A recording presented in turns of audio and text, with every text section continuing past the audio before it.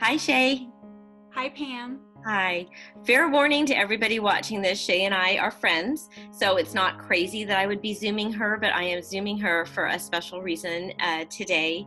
Shay, you know, at church we've been doing that series about God is, and we got asked a couple weeks ago to sort of nominate somebody who you feel like is bearing the image of God out into the community during this season. And so when we did that video, you were like the first name that popped into my head as doing that. And I know we're friends and I know, a lot about your life and your job, but I really do think that just in your everyday life, show Christ to the people in your life that you interact with in your job and just all of us as your friends.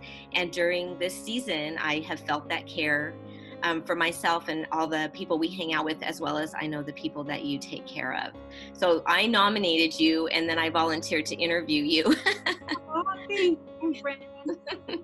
So anyway, I know you would not be a person who would like to sit there and brag about themselves. I'm so wonderful. But what do you feel right now, like the idea of bearing Christ's image to the people that you meet, especially during this really hard season?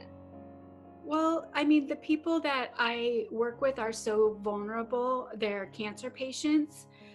So during this whole pandemic, cancer in itself is so scary and horrifying for people. It's most people's worst, I would say one of their worst nightmares. One of the things they're most afraid of is getting cancer.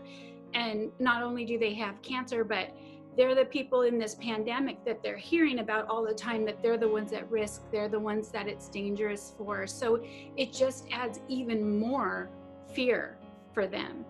And so in my job, I get to come alongside them and just kind of try to help guide them through their cancer treatment. So it's been challenging through this, because we can no longer meet with them face to face. They don't want anybody to be around people with cancer right now. So everything has changed as far as their doctor's appointments, as far as their nurses. They're still, getting chemo, but they're not having interactions with anybody else. And so I've been very aware of that and very conscious of that, and trying to give them extra phone calls and extra attention and extra patience, because they're very worked up, they're very fearful, they're not always rational, and I'm just trying to really be aware of what they're going through, because it's something that I wouldn't wish on anybody, and they're living that every single day. Yeah. So for me, just being there for them and answering any question that they have, or trying to give them some guidance. If I know that they are a Christian, we pray together, and that brings peace to both of us. It's so much easier when someone is nearing their end of life, if they're a Christian, for the rest of the people, because they know, okay, at least I know where they're going. Right. Not that it makes it any easier. I say it makes it easier. It really doesn't, but you do have a kind of a peace and comfort in that, I think, for sure. Well, I often think that, if that ever happened in my own life, having someone like you with me would be such a gift. And I know people listening may think, oh my gosh, well, she gets to do that because she has this job. But I think for all of us, there's such a good lesson in that, in because you hear people, you see them, and we can all do that when we know someone's scared or going through a hard time, just to, love them and understand them and be compassionate towards them. And I think you do that amazingly well. Like, you are a gift. And for people like me who don't take it as seriously as I should, you're such a good reminder of go wash your hands. You're good at that too. And I am very much more aware, and that's I understand people that don't feel the impact of it, how frustrating it can be for them. They're not working, or they're not being able to go where they need to go, where they want to go. But I see it in a different way. I understand the magnitude of it for certain people. So I think it just makes me more aware than anything else. So I'm happy to share that awareness.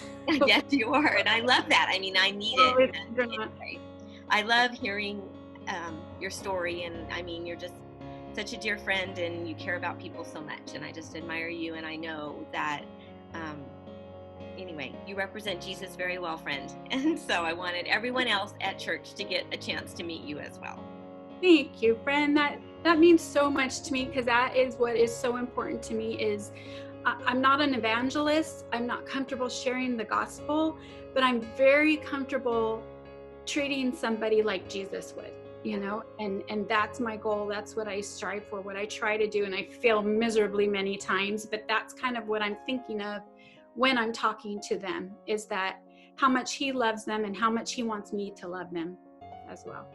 Well, good job. I love you. You're doing a great job. Thanks for Zooming with me today. Thank you, friend. This was the biggest compliment I think I've ever gotten. Oh, you're too good. All right. Bye, everybody.